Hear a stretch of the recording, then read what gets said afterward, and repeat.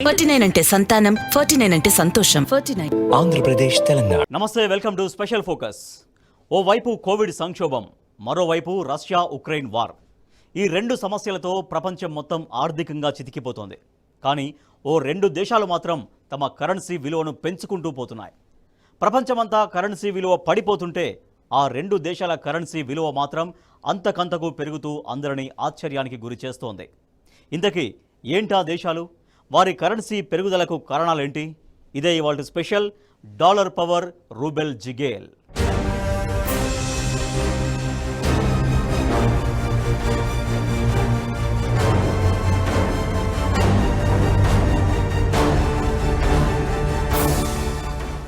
Russia Ukraine దేశాల మధ్య war జరుగుతూనే ఉంది.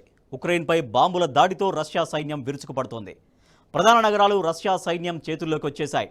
అయితే ఉక్రెయిన్పై రష్యా దాడుల్ని అమెరికాతో సహా అనేక దేశాలు తీవ్రంగా ఖండిస్తున్నాయి.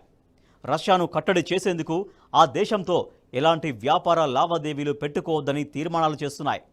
అయినా డాలర్తో మారకపు విలువలో ప్రపంచంలోనే అత్యుత్తమంగా మెరుగుపడుతున్న కరెన్సీగా రష్యా రూబెల్ నిలుస్తోంది. రష్యాపై ఆంక్షలు అమల్లో ఉన్నప్పటికీ రూబెల్ ఏ విధంగా బలపడుతోంది? ఇప్పటికే కరోనా కాటుకు అతలాకుతలమైన దేశాలు.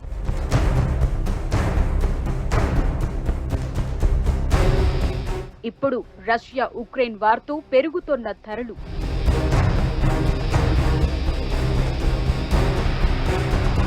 ఓ పక్క ఇండియాలో రూపాయి విలువ అంతకంతకు డౌన్.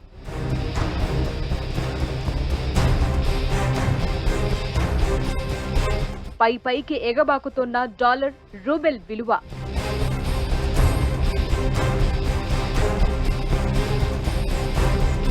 ఆంక్షలు విధించిన రష్యా కరెన్సీ విలువ ఎలా పెరుగుతోంది?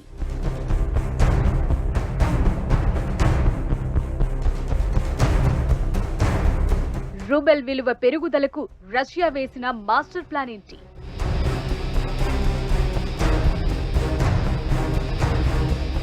డాలర్ మాకు కరెన్సీ, మీకు సమస్య. 51 ఏళ్ల కిందట అమెరికా ఆర్థిక మంత్రి జాన్ కొనెల్లీ చేసిన ఈ వ్యాఖ్యల్ని ప్రపంచ మానవాళిపై వేసిన పచ్చబొట్టుగా చెప్పాలి. ఎందుకంటే ఇప్పటికీ డాలర్ అమెరికాకు కరెన్సీనే, ప్రపంచానికి మాత్రం అన్ని డాలరే. డాలర్ విలువ పెరిగినా తగ్గినా ప్రపంచంలోని ప్రతి కుటుంబం పైన దాని ప్రభావం పడక తప్పదు. అలాంటి డాలర్ ఇప్పుడు అడ్డు అదుపు లేకుండా పెరుగుతోంది.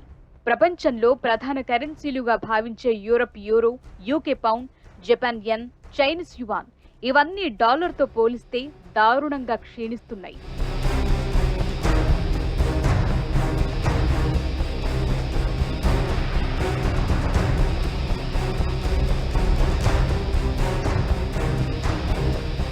అన్నిటికన్నా ఘోరంగా జపాన్ యెన్ గడిచిన ఏడాది కాలంలో ఏకంగా 20.57% మేర క్షీణించింది. ఏడాది కిందట డాలర్కు 100 యేన్లు కాగా ఇప్పుడు 138.5 యేన్లు పెడితే తప్ప $1 రావటం లేదు. యూకే పౌండ్ కూడా అంతే. ఏడాది కాలంలో ఏకంగా 15.5% పతనం కాగా యూరో అదే స్థాయిలో 14% క్షీణించింది. ఆసియా దిగ్గజాలు చైనా, భారత్ మరీ అంత క్షీణించకుండా తమ కరెన్సీలను కాపాడుతున్నాయి. యువాన్ 4.5%, రూపాయి 6.25% మాత్రమే పతనమయ్యాయి.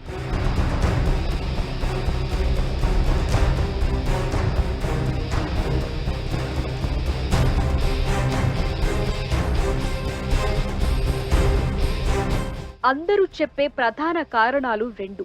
మొదటిది కోవిడ్ సంక్షోభం. దాదాపు 2.5 ఏళ్లు ప్రపంచ పటంలో ఒక్క దేశాన్ని కూడా వదలకుండా చుట్టేసిన ఈ మహమ్మారి ఇంకా తన ప్రభావాన్ని చూపిస్తూనే ఉంది. ఫలితంగా ప్రపంచం మొత్తం మునుపెన్నడూ చూడని వైపరీత్యాల్ని చూసింది. లాక్డౌన్లతో జీవితం అస్తవ్యస్తమైంది. కొనుగోలు శక్తి సన్నగిల్లి ఉత్పాదకత ఘోరంగా పడిపోయింది. దీన్ని పెంచడానికి అమెరికా లక్షల కోట్ల కరెన్సీని ముద్రించి బ్యాంకింగ్లోకి ప్రవేశపెట్టింది. వినియోగం పెంచటానికి నేరుగా జనం ఖాతాల్లోకి నగదు వేసింది. మిగిలిన దేశాలు కూడా బ్యాంకింగ్ వ్యవస్థలోకి నగదు ప్రవాహాన్ని పెంచాయి. అది జనం చేతుల్లోకి రావటం కోసం వడ్డీ రేట్లు తగ్గించాయి. అలా ప్రపంచమంతా వినియోగాన్ని పెంచే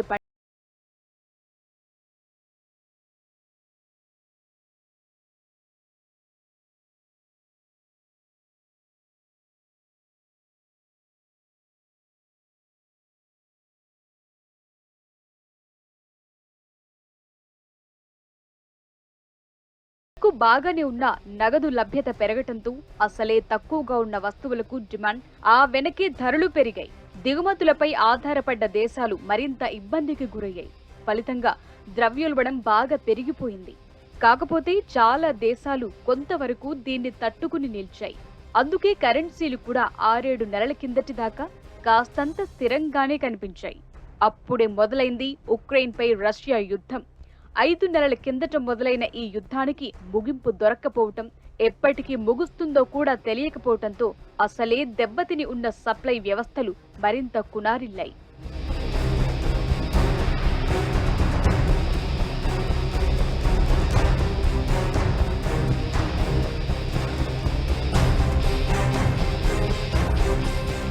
ఉత్పత్తిలో ప్రధాన వాటాదారైన రష్యాపై ఆంక్షల కారణంగా ముడి చమురు ఉత్పత్తి తగ్గి ధర విపరీతంగా పెరిగింది. అన్ని దేశాల్లోనూ ద్రవ్యోల్బణం రికార్డులు తిరగరాస్తోంది. దీన్ని కట్టడి చేయడానికి అమెరికాతో సహా ప్రభుత్వాలన్నీ మళ్లీ వడ్డీ రేట్లు పెంచడం మొదలుపెట్టాయి. అమెరికా సైతం వడ్డీ రేట్లు పెంచుతూ అంతకుముందు వ్యవస్థలోకి వదిలిన నగదును వెనక్కి తీసుకోవడం మొదలుపెట్టింది. వడ్డీ రేట్లు పెరిగితే కరెన్సీ విలువ పతనం కావటం అన్నది సహజం. కానీ ఇక్కడ డాలర్ విలువ పెరుగుతోంది. ఎందుకు? ఇదంతా ఎలా జరుగుతోంది? అటు రష్యాపై ఆంక్షలు విధించినా రూబెల్ విలువ పెరుగుతూ పోతోంది. ఇది ఎలా సాధ్యం?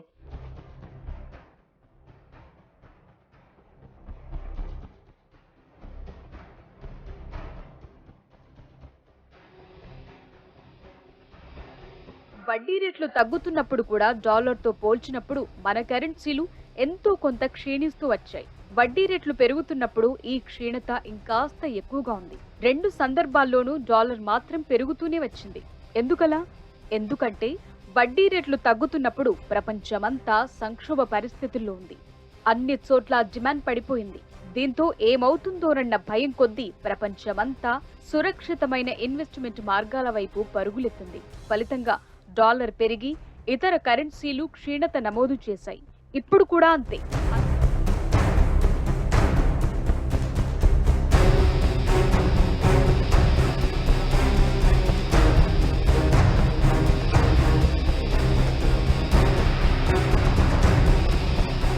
అన్ని చోట్ల వడ్డీ రేట్లు పెరుగుతున్నాయి. వడ్డీ రేట్లు పెరిగితే మళ్లీ వ్యవస్థలో నగదు తగ్గి మళ్లీ అదే మందగమనానికి దారితీస్తుంది. మాంద్యమూ రావచ్చు. ఇలాంటి పరిస్థితుల్లోనూ డాలర్ ఇన్వెస్ట్మెంట్లే సురక్షితం. కాబట్టి డాలర్కి డిమాండ్, అందుకే అది పెరుగుతోంది. దీన్ని బట్టి అర్థమయ్యేది ఒకటే. జాన్ కొనెల్లీ 51 ఏళ్ల కిందట G10 సదస్సులో చేసిన వ్యాఖ్యలు అక్షర సత్యాలని.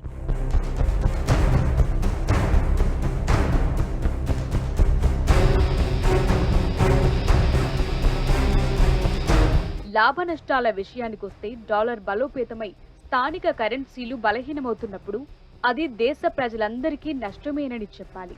నేరుగా డాలర్తో అవసరం లేకున్నా డాలర్ బలపడితే ఏ దేశమైనా దిగుమతులకు ఎక్కువ వెచ్చించాల్సి వస్తుంది. భారత్ విషయానికొస్తే మన మొత్తం జీడీపీలో 21% వరకు దిగుమతులే. అదే సమయంలో ఎగుమతులు 18.5% వరకు ఉంటాయి. దిగుమతుల్లో అత్యధికం ముడిచమురు వాటాయే. ఈ రెండింటికి మరీ దారుణమైన తేడా లేదు కనుకే మన కరెన్సీ కొంతైనా ఈ పరిస్థితులను తట్టుకోగలుగుతోందన్నది వాస్తవం. అయితే అమెరికాలో వడ్డీ రేట్లు పెరుగుతూ పోతే మాత్రం ఆ ప్రభావం మన రూపాయిపై కాస్త తీవ్రంగానే పడుతుంది.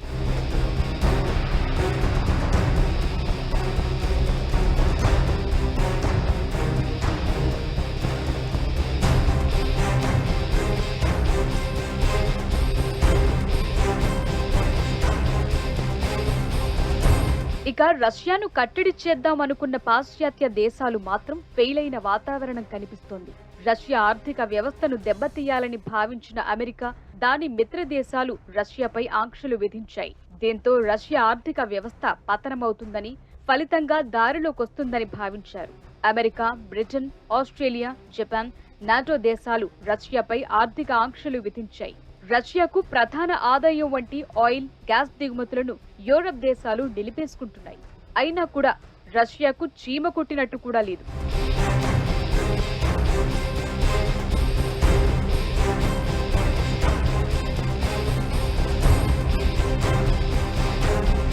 ఇదిలా ఉంటే ఇన్ని ఆంక్షలు విధించిన రష్యా కరెన్సీ విలువ పెరుగుతూనే ఉంది. మార్చి 7న రికార్డ్ స్థాయిలో $1 రూబెల్ విలువ 0.007కు పడిపోయింది.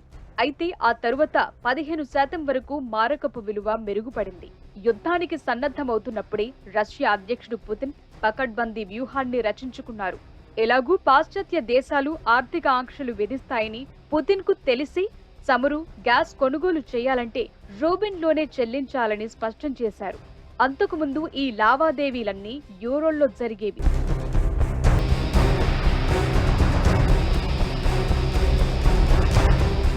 రష్యాతో భారీ స్థాయిలో గ్యాస్ కొనుగోలు చేస్తున్న జర్మనీ నార్డ్ స్ట్రీమ్ పైప్లైన్ ద్వారా రష్యా నుంచి జర్మనీకి గ్యాస్ సరఫరా అవుతుంది. అయితే రష్యా విధించిన రూబెల్ షరతుకు జర్మనీ అంగీకరించింది. అయితే అమెరికాకు భయపడి రష్యా నుంచి గ్యాస్ దిగుమతి చేసుకునేందుకు యూరప్ దేశాలు జంకుతున్నాయి. అయితే రష్యా నుంచి చవకగా వచ్చే చమురును, గ్యాస్ను కాదనుకుంటే దీర్ఘకాలంలో ఆ దేశాల ఆర్థిక వ్యవస్థపై ప్రభావం పడే అవకాశం ఉంది. ఇదిలా ఉంటే రష్యాకు ప్రస్తుతం రూబెల్ రూపంలో చెల్లింపులు జరిగిన దీర్ఘకాలంలో ఇదే వ్యూహాన్ని అమలు చేస్తే రష్యా ఆర్థిక పరిస్థితిపై తీవ్ర ప్రతికూల ప్రభావం పడుతుందని నిపుణులు హెచ్చరిస్తున్నారు.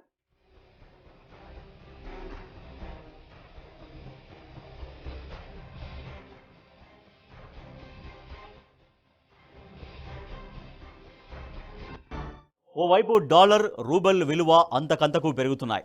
మరోవైపు ఇండియా లాంటి దేశాల్లో రూపాయి మారకపు విలువ అంతకంతకు క్షీణిస్తోంది. కరెన్సీ విలువ పెరిగితే అమెరికా, రష్యాకు వచ్చే లాభాలేంటి? సేమ్ టైం రూపాయి విలువ క్షీణతతో ఇండియా లాంటి దేశాలకు ఏ విషయాల్లో నష్టం కలుగుతోంది?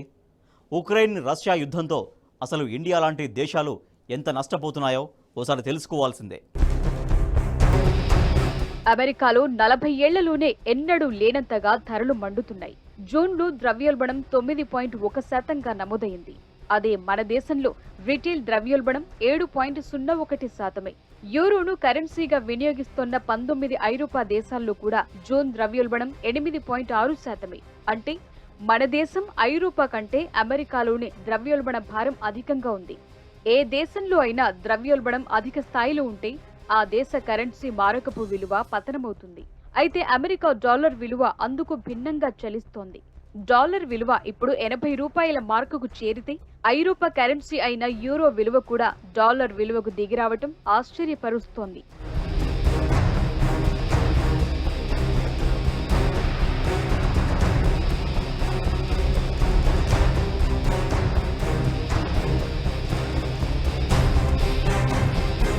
$1990కి ముందు డాలర్ విలువ 17 రూపాయలే. కాకపోతే ఆ మాత్రం వెచ్చించాలన్నా సర్కారుకు చుక్కలు కనిపించేవి. దాంతో దిగుమతులపై ఆంక్షలు.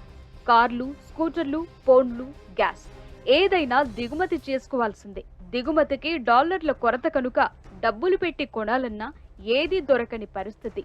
అన్నింటికీ రేషనే. 1991లో పివి నరసింహారావు ప్రధానిగా వచ్చాక సరళీకరణ విధానాలతో కంపెనీలకు ద్వారాలు తెరిచారు. అలా తెరిచిన 2 ఏళ్లలోనే డాలర్ విలువ ఏకంగా 30 రూపాయలకు చేరింది. నాటి నుంచి డాలర్ల అవసరంతో పాటు విలువ కూడా పెరుగుతూనే ఉంది.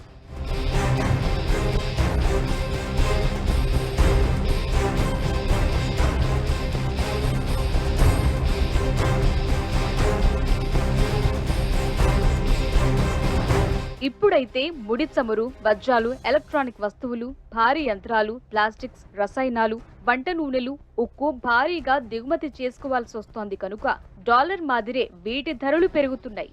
ఆ మేరకు సామాన్యులపైన ఈ ప్రభావం పడుతోంది.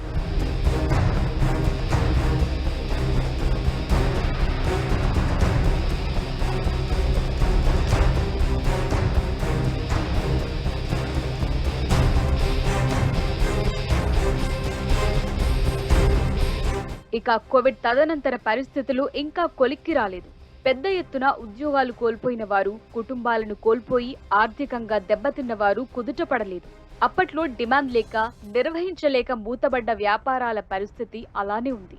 ఇంతలోనే వచ్చిన ఉక్రెయిన్ యుద్ధం ఇప్పుడప్పుడే ఆగేలా కనిపించటం లేదు. ఇవన్నీ చూస్తుంటే సరఫరా వ్యవస్థలు పూర్తి స్థాయిలో కుదుటపడటానికి మరికొంత సమయం పట్టేలా ఉంది. అప్పటిదాకా అంతా సురక్షితమైన పెట్టుబడుల వైపు వెళతారు కనుక డాలర్ మరింత బలోపేతమయ్యే అవకాశాలే ఎక్కువన్నది నిపుణుల అంచనా.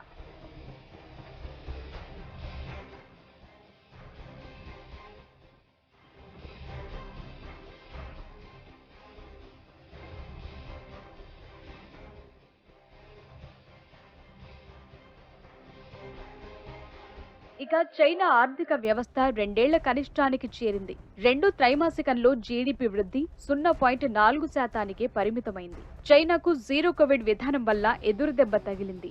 పెద్ద నగరాల్లో దీర్ఘకాలం పాటు లాక్డౌన్ కొనసాగించడంతో వ్యాపారాలు దెబ్బతిన్నాయి.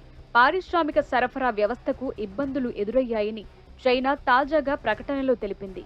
ఇక నేషనల్ బ్యూరో ఆఫ్ స్టాటిస్టిక్స్ ప్రకటన ప్రకారం 2022 2 త్రైమాసికంలో చైనా ఆర్థిక వ్యవస్థ అంచనాల కంటే తక్కువగా 0.4% వృద్ధి చెందింది. 2020 తొలి త్రైమాసికంలో ఏకంగా 6.8% మేర క్షీణించిన అనంతరం ఇదే అత్యంత తక్కువ వృద్ధి.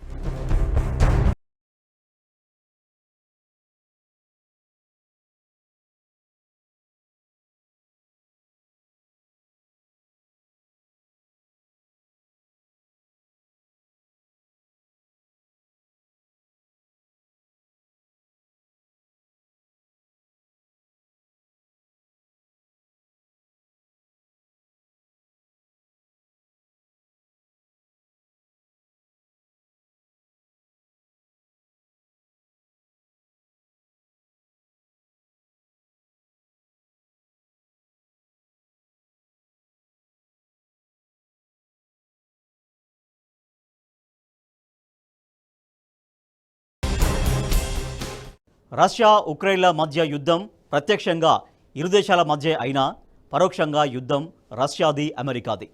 కానీ ఇక్కడ లాభపడుతుంది ఈ 2 దేశాలే.